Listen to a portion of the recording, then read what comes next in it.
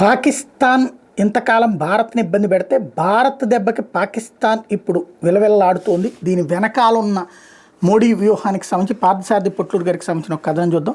Table మారింది, వడ్డించేవాడు మారాడు అంతే. వంటలు మారలేదు, వండేవాడు మారాడు. 2014 వరకు కాశ్మీర్ టేబుల్ మీద పాకిస్తాన్ మనకు వడ్డిస్తూ వచ్చింది. 2017 నుండి పాకిస్తాన్ టేబుల్ మీద మనం వడ్డిస్తున్నాం. బిఎల్ఏ ఆదివారం మధ్యాహ్నం పాకిస్తాన్ సైనిక కాన్వాయ్ మీద ఆత్మాహుతి దాడి చేసి 90 మంది సైనికులను హతమార్చింది. మొత్తం 8 ప్రయాణికుల బస్సులు ఒకదాని వెనక ఒకటిగా టఫ్టాన్ వైపుగా ప్రయాణిస్తున్న సమయంలో నోష్కి అనే ప్రాంతం దగ్గరికి వచ్చేసరికి రోడ్డు పక్కగా పార్క్ చేసి ఉన్న కారు ఒక్కసారిగా బస్సు మీదకి దూసుకొచ్చి పేలిపోయింది. బస్సు అందులో ఉన్న పాకిస్తాన్ ఫ్రాంటియర్ ఫోర్స్కి చెందినటువంటి సైనికులు మరణించారు. బిఎల్ఏలో చాలా పకడ్బందీగా ప్లాన్ చేసి దాడి చేసింది. బిఎల్ఏలో 2 విభాగాలు ఉన్నాయి. ఒకటి మజీద్ బ్రిగేడ్, ఇది ఫిదాయి ఆత్మాహుతి విభాగం. అవసరమైనప్పుడు బలూచిస్తాన్ కోసం ప్రాణాలు వదలడానికి సిద్ధంగా ఉండే యువకులతో ఉంటుంది. నిన్నటి దాడికి పాల్పడింది ఈ మజీద్ బ్రిగేడ్ సభ్యులే. ఒక కారులో పేలుడు పదార్థాలు నింపి బస్సు దగ్గరికి రాగా నేరుగా బస్సును గుద్ది పేలుడు పదార్థాన్ని పేల్చేసి విధ్వంసం సృష్టించారు. బస్సు పేలిపోగానే వెంటనే ఫతే స్క్వాడ్ సభ్యులు వెనక వస్తున్న బస్సుల మీద కాల్పులు జరిపి బస్సులో ఉన్న సైనికులందరినీ చంపేశారు. ఫతే స్క్వాడ్ చేతుల్లో M4 అసాల్ట్ రైఫిల్స్ ఉన్నాయి. M4 అసాల్ట్ రైఫిల్స్లో 2020లో అమెరికా సైన్యం కాబూల్ ఎయిర్ బేస్లో వదిలిపెట్టినవి.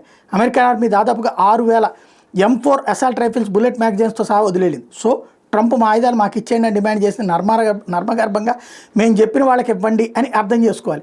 నిన్నటి దాడిని పరిశీలిస్తే ఇరాక్లో ISIS టెర్రరిస్టులు అమెరికన్ సైన్యం మీద చేసిన దాడులను గుర్తుకు తెస్తున్నాయి. ఉన్నట్టుండి ISIS టెర్రరిస్టులు చిన్న కారులో వచ్చి యుద్ధ ట్యాంకును గుద్ది పేల్చేవాళ్ళు. వెంటనే మరో గ్రూప్ వెనకున్న ట్యాంక్ మీద గ్రెనేడ్స్తో దాడి చేసి ముందు పేలుడుకు గురైన ట్యాంక్కి సపోర్ట్ అందకుండా చేసి చివరికి 2 ట్యాంకుల్ని అందులో ఉన్న వాళ్ళని చంపేసేవాళ్ళు. ముఖాముఖి పోర్ల కంటే చిన్న గెరిలా ఫైట్స్లోనే ఎక్కువ మంది అమెరికన్ సైనికులు చనిపోయారు. నిన్నటి బిఎల్ఏ దాడి కూడా ఇరాక్లో జరిగిన దాడిలాగానే జరిగింది. ఇంటెలిజెన్స్ లీక్ అవుతోంది. అసలు 8 బస్సుల్లో ఫ్రాంటియర్ ఫోర్స్ పారామిలిటరీని టఫ్టాన్కి ఎందుకు తరలిస్తున్నట్టు?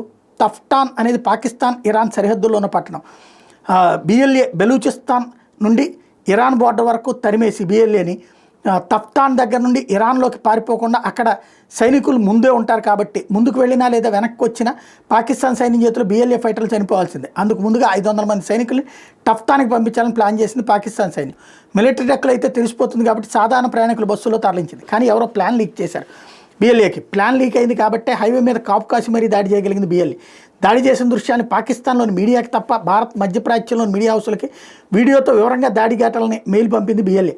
ఇంటెలిజెన్స్లో పనిచేసేటటువంటి రిటైర్ అయిన అధికారులు చేస్తుంది ఏంటంటే ప్రస్తుత బిఎల్ఏ దాడులను చూస్తుంటే ఇరాక్లోని పరిస్థితులు గుర్తుకు తెస్తున్నాయి. సద్దాం హుస్సేన్ అధికారంలో ఉన్న నాళ్ళు ఇరాక్లో డాలర్కి ప్రత్యేక ప్రాముఖ్యత ఉండేది కాదు. అమెరికా ఇరాక్ మీద ఆంక్షలు విధించాక ఇరాక్ కరెన్సీ తన విలువ కోల్పోయింది. దాంతో వ్యాపార సంస్థలు డాలర్స్కి ఎక్కువ ప్రాముఖ్యత ఇవ్వడం మొదలుపెట్టాయి. ఇరాక్లో డాలర్కి డిమాండ్ పెరిగాక CIAకి డాలర్లు తీసుకుని సమాచారం ఇచ్చేవాళ్ళు ఎక్కువయ్యారు. ఒక దశలో ఇరాక్ ఇంటెలిజెన్స్ అధికారులు కూడా వేల కొద్ది డాలర్లకు ఆశపడి కీలకమైన సమాచారం CIAకి అమ్ముకున్నారు. సద్దాం పతనానికి కారణం డాలర్ మీద ఉన్న ఆశ కూడా ప్రముఖ పాత్ర వహిస్తుంది. ప్రస్తుత పాకిస్తాన్ పరిస్థితి కూడా ఒకప్పటి ఇరాక్ పరిస్థితికి భిన్నంగా లేదు. ముఖ్యమైన ఆపరేషన్ సమాచారం 2 రోజుల ముందు బిఎల్ఏకి దొరికొండొచ్చు, లేకపోతే ముందస్తు ఏర్పాటు చేసుకుని దాడికి కోసం ఎదురు చూడదు. హ్యాండ్లర్ అంటే దాడికి పథకరచన చేసినాడు. ముంబై దాడుల తర్వాత భారత ఇంటెలిజెన్స్ అధికారి కూడా హ్యాండ్లర్ లాహోర్లో హఫీజ్ సయీద్ ఉన్నాడని మాకు తెలుసని వ్యాఖ్యానించాడు. అప్పట్లో టేబుల్ మారిందంటే అఫ్కోర్స్ TTP తెహ్రీక్ తాలిబాన్ పాకిస్తాన్ నాయకుడు ఆఫ్ఘనిస్తాన్లో ఉంటూ బిఎల్ఏ ఆపరేషన్స్ను ఫాలో చేస్తున్నాడని పాక్ విదేశాంగ శాఖ ఆరోపణ చేసింది. TTP బిఎల్ఏలకు సహకారం ఇస్తుంది అని మాకు తెలుసు అని కూడా అంది. 2 నెలల్లో మొత్తం 219 మంది పాకిస్తాన్ సైనికులు మరణించినట్టు తెలుస్తుంది. బిఎల్ఏ దాడులు ఇప్పట్లో ఆగేటట్లు లేవు. ఈ రోజు ఉదయం క్వెట్టా రైల్వే స్టేషన్ ఎదుర్కొన్న పాకిస్తాన్ అధికారి ISI గుర్తు తెలియని వ్యక్తి సమీపం నుండి కాల్చి పారిపోయాడు. ఖైబర్ పఖ్తూన్వాలో ప్రతిరోజు ఏదో దాడి జరుగుతూనే ఉంది. తాలిబాన్ల లక్ష్యం ముందుగా బోర్డర్ సైనిక పోస్టుల దగ్గర ఎవరు పనిచేయకుండా భయపెట్టడం కనుక అక్కడ రోజు ఏదో ఒక హత్య జరగడం పరిపాటైంది. మరోవైపు పాకిస్తాన్ కనుక పూర్తి షరియా దేశంగా మార్చకపోతే ప్రభుత్వ అధికారులను చంపేస్తామని బెదిరిస్తోంది ISISK సంస్థ. K అంటే కేరోసాన్. ISISK ఇటు తాలిబాన్లకు కూడా ప్రధాన శత్రు. నిజం ఎంతవరకు తెలియదు కానీ ISISK అనే ఉగ్ర సంస్థ CIA కంట్రోల్లో ఉన్నదంటుంటారు.